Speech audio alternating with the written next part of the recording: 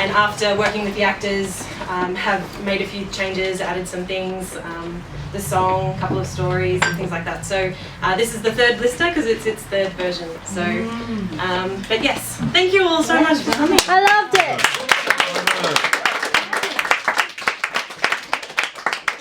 The play is all about exploring courageous vulnerability, and I think sharing a work in progress requires courageous vulnerability as well. Yeah. So, but yes, I'm happy to answer any questions that you have, or otherwise we can just break and drink more champagne. Yeah. Hey! How much more play is to be written? I think that this is close to a third. In terms of the journey that Rosie's going to go on, like we saw one of her big confrontations there, you know, that's one of those inciting incidents, you know, hopefully hook us in. And she's got a little bit more learning to do, and I would say that there's at least 2 more parts of equal size. So it's close to a third of what it will be, I think. Storyline. So is the pilgrimage like religious? Historically, yes. But now it's Now like just people for, stamina do it for all sorts of reasons. testing stuff. Yeah, So there's it's a lot of religion? people there who still do it for religious reasons. Yeah. But is there a religious concept in it as well? Oh, for sure. So it's your goal is to get to Santiago de Compostela, where the remains of Saint James are interred or believed to be. St. James remains there, and so it's a sacrifice of time and a sacrifice of money, and that you're giving up, you know, the luxuries of your life for this period of time. Historically, sometimes people they had the option of either going to jail or doing the Camino. Really wealthy people could pay somebody else to do the Camino for them and have their name on the certificate at the end. So it was real reason why you went there. free ticket into heaven, man.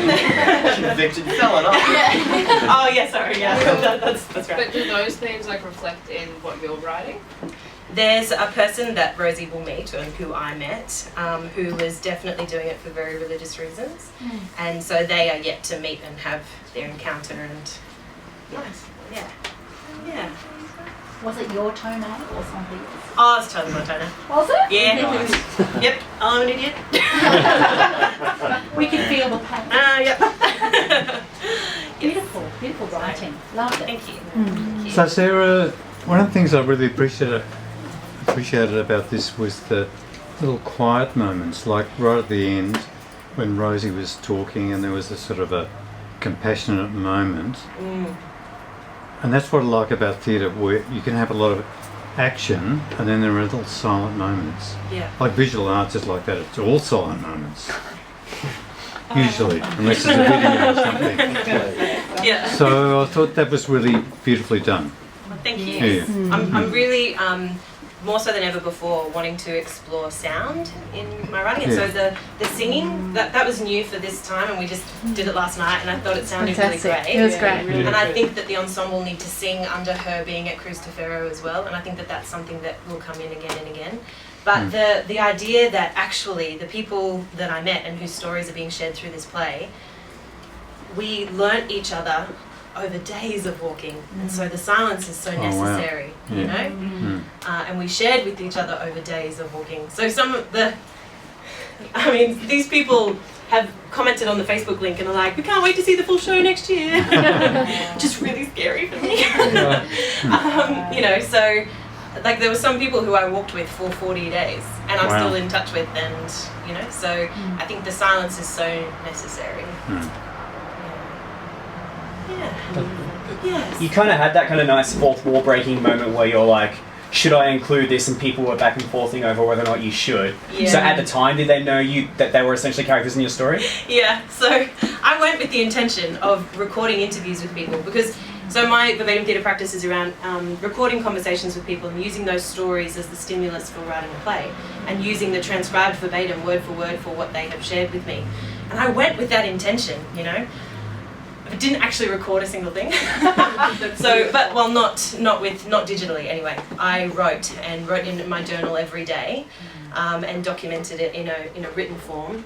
And so from the first night, we were all sitting around the table at our first communal meal talking about why they were there, you know, who was there for the second and third time. And I talked about the fact that I think that this is a fabulous melting pot of people and experiences, and it's a challenge, and we've all made a decision to give up 6 weeks of our lives to come and do this. I find that fascinating in terms of someone who's interested in humans and the human condition, you know. So I was very open with that. That was a part of my premise for being there.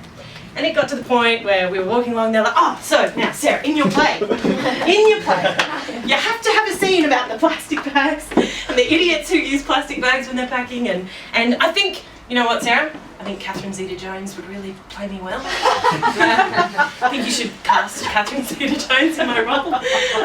So that was all, it became a big topic of conversation. We spent days talking about the play. So pressure, right? Yeah, lots of people saying, hey, make me sound more muscular. Yeah. Yeah. So, but yeah, it was something that we discussed. They know that it's happening. And I guess that would be somewhat confusing, because as soon as people know that you're going to write about them, they would immediately start presenting their best self. And Yeah, not, potentially. And Yeah. not their inner pig. You know. Oh, tonight. Did you know? Thinking about Greg. Yeah. Great. He's so charming. Yeah. It is hilarious to me that Greg, the character, the guy that Greg is based on, and that's the thing. All of these people are just versions of these real people. And Rosie, yeah, it's me, but it's a version of me. You know, not all of those things are me, but a lot of it is. And it's the same with the others. Like, they're just versions of those people, and sometimes it's a conglomerate of this thing never happened to that person, but it was something that I heard from somebody else, and it kind of can create this character over here. So, sorry, I've kind of got on the thing there. Presenting the best versions of themselves. Did you find that, Yeah. like, when people would learn that you're right, that you could potentially be writing about them, that their behaviour shifted, or they would start? Sometimes. I mean, there's some Yeah. people that you kind of walk with for a long time and some people for a short time. So I guess I didn't always disclose that. It was with people that I was walking with a lot. It's amazing how quickly people will reveal so much of their life to you in such a brief amount of time. Like it's like, how you going, where you from, where'd you start? They're like the 3 questions. Is that because of the courageous vulnerability, that they're all feeling a bit vulnerable and perhaps a bit threatened, and to share that is some sort of I guess the only thing you have to worry about is putting one foot in front of the other and getting to the next town and finding a bunk bed in the next place. So everything else just kind of falls away, I suppose, and you are left with yourself and your experiences and your life and your identity. But it just amazed me every single time that you walk up next to someone and have a 15-20 minute conversation with them, and I would just go away going, I know so much about you. And, you know, like we've just shared instantly, you know? And all these people who I never saw again for 40 days, but just had these moments of passing and sharing, and it was something that kept surprising me, how readily people would be open about their life. Which is cool. Hey, I don't know your name. What's your name? Your real name? Courtney. Rosie. Courtney. Yeah. Courtney. You did a great job. I'm just wondering, and I kind of asked Sarah about this the other day, what it's like playing a kind of version of someone that you're working with. Like, do you find Scary. I think Because I'm scary. because so scary? No, but it's not a There's like made up character. In Yeah. a way, like a version of her is right there in front of you. I think there's a bit of pressure because, you know, if you wrote something, you know how you want it to be read because you've written it. So and because it is Sarah, well, parts of, I think there's a way that she's already imagined it would be said. So you don't really, well, you do, but you don't really have as free of range to just go, okay, I'm going to make up this crazy character, or I'm going to do this. You kind of have to do, like, you have to honor all the characters, but I think it's especially, there's a bit more pressure. And I think it is a bit scary, but when it's Sarah, it's fine. I think you just try not to, you just try to go, okay, what does this character need? And you forget, you know, you take what you know about Sarah to put that into the character, but then you forget about Sarah so that you can do the script right, I guess. Yeah. Hope that made sense. Yeah, absolutely. Question for the actors: have you guys done a lot of this work in progress kind of work, or?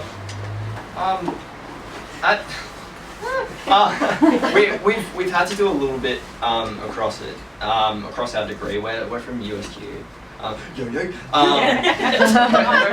should say these guys are in their third year. They're almost done. Nearly And done. Mitch graduated a couple of years ago. Yeah. And like throughout the degree, we do have to do quite a little bit of this with various kind of assignments and projects before we put it in front of an audience. It is scary and it is awkward. I was talking to Sarah about this earlier. A lot of what I used to do and kind of still do is whenever there are these work in progress sort of events, I keep trying to justify myself for something, like, oh, it's going to be like this, or like, this isn't what it's going to be, but it's going to be this. But I don't know, you Like it's just a reading. Yeah. Undersell. Please don't. Yeah, and like you immediately kind of belittle yourself, but I think you just kind of got to be bold and strong and wrong. Just kind of be bold with it and just throw yourself into it. I think. Yeah. Yeah, it's really interesting. So I'd sent them the script, but we just rehearsed last night, and then they've done this. Like, they're magnificent. But Kudu has actually been in all three of the reads, so that's Sneaky. fascinating. And it Sneaky. always has Rosie. No, I read stage directions. And Sarah's there like, wasn't a enough of Rosie in the first version. Yeah. There was no main character in the first version. Yeah. Beautiful. Can I also just say that as RAYGUN, Tan and I are so incredibly honoured to have you here. We're so excited to be doing this with you, to provide a base for this to happen, for it to be in progress. It's kind of different to what we usually do, which is what we love, and this is what RAYGUN's about, experimentation and development. So thank you. Thank you. Bravo.